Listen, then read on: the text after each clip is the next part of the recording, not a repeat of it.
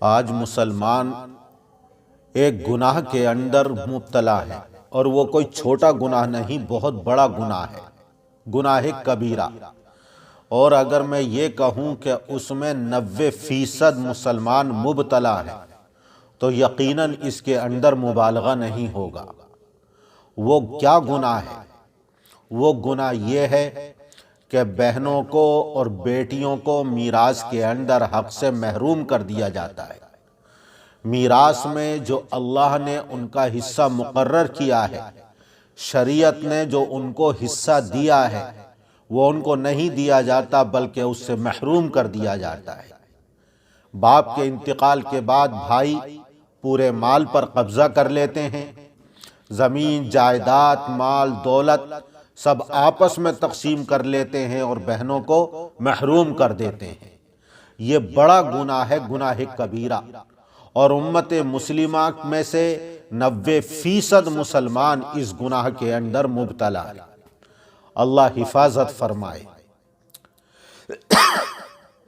جب باپ مر جاتا ہے تو میراث میں بیٹیوں کو، بہنوں کو حق سے محروم کر دیا جاتا ہے، اور بھائی یہ کہہ دیتے ہیں کہ جب اس کی شادی کی تھی تو اس کی نکاح پر، اس کی شادی پر بہت روپیہ خرچ کیا، باراتیوں کو کھانا کھلایا عمدہ سے عمدہ، اور اس کے اوپر بے پناہ دولت خرچ کی ہے، اس لیے اب میراث میں اس کا کوئی حصہ نہیں۔ لیکن یہ خیال بالکل غلط ہے۔ اس لیے غلط ہے کہ جب باپ نے اپنی بیٹی کی شادی کی تو تمام مال کا باپ مالک تھا، وہ جس پر چاہے خرچ کرے، اس کو اختیار ہے۔ اس کو یہ بھی اختیار ہے کہ کسی کو ہبہ کر دے۔ اب جب وہ اس مال و دولت کا مالک ہے تو اس نے اپنی بیٹی کی شادی پر بہت زیادہ دولت خرچ کی، جہیز دیا، باراتیوں کو کھانا کھلایا، تو اس سے میراث کا حق ختم نہیں ہوگا۔ وہ تو باپ نے اپنی طرف سے خرچ کیا ہے، اور بھائی یہ طعنہ دے کر اس کے میراث کے حق کو مار نہیں سکتے۔ باپ کے مرنے کے بعد یقیناً اس بیٹی کا اس کے اندر حق وابستہ آٹومیٹک ہو جاتا ہے، لازمی ہو جاتا ہے، کسی کے متعین کرنے کی ضرورت نہیں، اللہ نے پہلے ہی سے مقرر کر دیا ہے۔ اور اگر باراتیوں کو کھلایا، کھانے میں خرچ کیا، تو بیٹی پر کیا احسان کیا؟ یہ تو باپ نے اپنی ناک کے اور اپنی عزت کے لیے کیا تھا، تاکہ میرا معاشرے میں نام روشن ہو، میری برادری کے اندر عزت کی جائے۔ اس سے اس کی بیٹی کو کیا فائدہ پہنچا؟ کوئی فائدہ نہیں پہنچا۔ اس لیے یہ کہنا کہ باراتیوں پر خرچ کیا، یا شادی پر خرچ کیا، یا جہیز میں دیا اور پھر میراث سے محروم کر دیا جائے، یہ جائز نہیں ہے۔ یہ عذر بالکل غلط ہے، بیہودہ عذر ہے۔ یہ جب باپ کا انتقال ہوتا ہے تو بھائیوں کی بہنیں اور اس باپ کی بیٹیاں یہ کہہ دیتی ہیں ہم نے اپنا حق معاف کر دیا، اپنا حق چھوڑ دیا۔ اس طرح رسمی طور پر حق معاف کرنے سے میراث میں سے ان کا حق ختم نہیں ہوگا اور معاف نہیں ہوگا۔ اس لیے معاف نہیں ہوگا، ایک تو باپ کے انتقال کا بیٹیوں کو بے پناہ صدمہ ہوتا ہے، اپنے آپے کا ہوش ہی نہیں ہوتا ہے، اسی وقت معاف کر دیں تو یہ تو ایک رسم ہے۔ اس طرح معاف کرنے سے قطعاً ان کا حق ختم نہیں ہوگا۔ دوسری بات یہ ہے کہ وہ اس لیے رسمی طور پر معاف کر دیتی ہیں کہ یہ ایک معاشرے کے اندر، برادری کے اندر رواج ہے۔ اگر وہ میراث میں اپنا حق والد کے فوراً انتقال کے بعد معاف نہ کریں تو برادری ان کو برا سمجھے گی، بدنامی ہوگی، تو اس بدنامی کے خوف سے یا برادری کے رواج کی وجہ سے وہ رسمی طور پر معاف کر رہی ہیں۔ یہ معاف کرنے سے، حق چھوڑنے سے ان کا حق ختم نہیں ہوگا۔ شریعت نے ان کے حق کو لازم قرار دیا ہے، اور اس لیے بھی وہ معاف کر دیتی ہیں۔ یہ سوچتی ہیں کہ اگر ہم نے اپنے باپ کے مال و دولت اور زمین جائیداد میں سے اپنا حق میراث لیا تو ہمارا میکہ ہم سے چھوٹ جائے گا، ماں باپ کا گھر ہم سے چھوٹ جائے گا، بھائی ہم سے ناراض ہو جائیں گے، اس لیے صرف اس خوف سے اور اس ڈر سے وہ لڑکیاں اپنے میراث میں سے حق کو معاف کر دیتی ہیں، لہٰذا یہ حق معاف کرنے سے قطعاً معاف نہیں ہوگا۔ آپ اندازہ لگا سکتے ہیں یہ میراث کتنا اہم حق ہے لڑکیوں کا، بیٹیوں کا باپ کی مال و دولت کے اندر، کہ قرآن کریم کے اندر اللہ نے بہت سارے احکام کو بیان کیا، فرائض کو بیان کیا، مثلا نماز کو بیان کیا ہے، لیکن نماز کی فرضیت کو بیان کیا ہے۔ ان الصلاۃ کانت علی المؤمنین کتابا موقوتا حافظوا علی الصلوات والصلاۃ الوسطی وقوموا للہ قانتین۔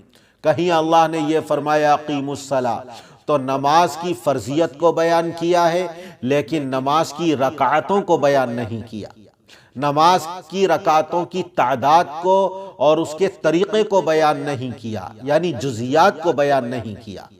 زکوٰۃ ایک فریضہ ہے صاحب نصاب پر، زکوٰۃ کی فرضیت اور اس کی فضیلت کو تو بیان کر دیا گیا، لیکن قرآن کریم کے اندر اس کے جزیات کو، اس کے نصاب کو قرآن کریم کے اندر بیان نہیں کیا گیا، جبکہ نماز کتنا اہم فریضہ ہے۔ لیکن جب میراث کا معاملہ آتا ہے اور میراث کا حکم آتا ہے تو قرآن کریم میں تقریباً 1.5 صفحے کے اندر اللہ نے احکام میراث کو بیان کیا، کھول کھول کر وضاحت کے ساتھ بیان کیا، تمام کے حصوں کو مقرر کیا ہے اور نامزد کیا ہے۔ تو میراث کی فرضیت کے ساتھ اس کی جزیات کو اور اس کے مسائل اور احکام کو بھی بیان کیا ہے۔ آپ اندازہ لگا سکتے ہیں کہ اللہ کی نظر میں، شریعت کی نظر میں یہ میراث کتنا اہم حکم ہے اور کتنا اہم فریضہ ہے۔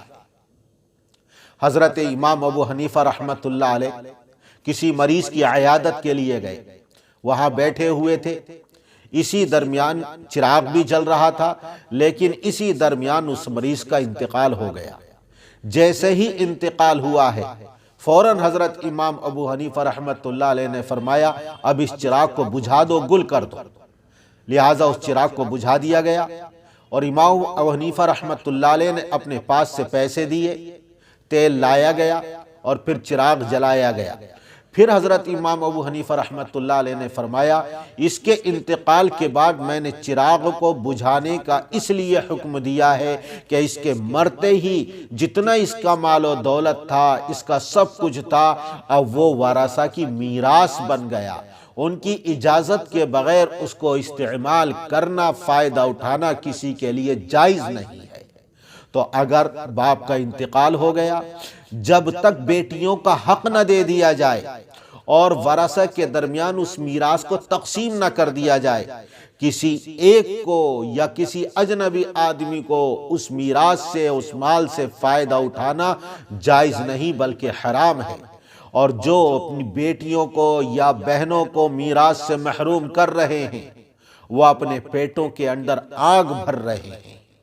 قرآن کریم کے حدیث شریف کے اندر اللہ کے رسول صلی اللہ علیہ وسلم نے ارشاد فرمایا من قطع میراث وارثہ قطع اللہ میراثہ من الجنت یوم القیامہ، جو اپنے وارث کی میراث کو ختم کرے گا اللہ اس کا جنت سے میراث اور اس کے حق کو ختم فرما دے گا، قیامت کے دن اس کو جنت سے اللہ تعالی محروم کر دے گا۔ بلکہ ایک روایت میں آتا ہے کہ میراث کے حق کو ہڑپ کرنے والے اور مارنے والے اللہ تعالیٰ ان کو سیدھا جہنم میں ڈال دے گا۔ حقوق اللہ ہے تو وہ تو معاف اللہ چاہے تو کر دے گا، لیکن جو حقوق العباد ہیں جب تک بندے معاف نہیں کریں گے اس وقت تک اس کو معاف نہیں کیا جائے گا۔ یہ میراث بندوں کا حق ہے، اگر دنیا کے اندر اس میراث کے حق کو نہ دیا گیا، اس کے ورثہ تک نہ پہنچایا گیا تو میدان محشر میں نیکیوں کی شکل میں وارثوں کو دینا پڑے گا۔ آج مال و دولت نہیں دیا تو میدان محشر میں اپنی نیکیاں ورثوں کو دینی پڑیں گی۔ آج کے دور میں آپ دیکھیں معاشرے میں طلاق کے مسائل علماء اور مفتیان کرام سے پوچھنے آتے ہیں، اور بھی مسائل پوچھنے کے لیے آتے ہیں، نماز کے، روزے کے اور طلاق کے، جبکہ طلاق کے اتنے واقعات پیش نہیں آتے جتنی وفات کے اور موت کے واقعات پیش آتے ہیں۔ روزانہ ہزاروں مسلمان انتقال کرتے ہیں، اور ان لوگوں کے اعزا اقریبا جن کے ٹچ میں، جن کے رابطے میں علماء اور مفتیان کرام ہیں۔ لیکن آپ دیکھیں گے دارالافتاء میں زیادہ تر طلاق کے مسائل آپ کو ملیں گے، استفتاء ملیں گے۔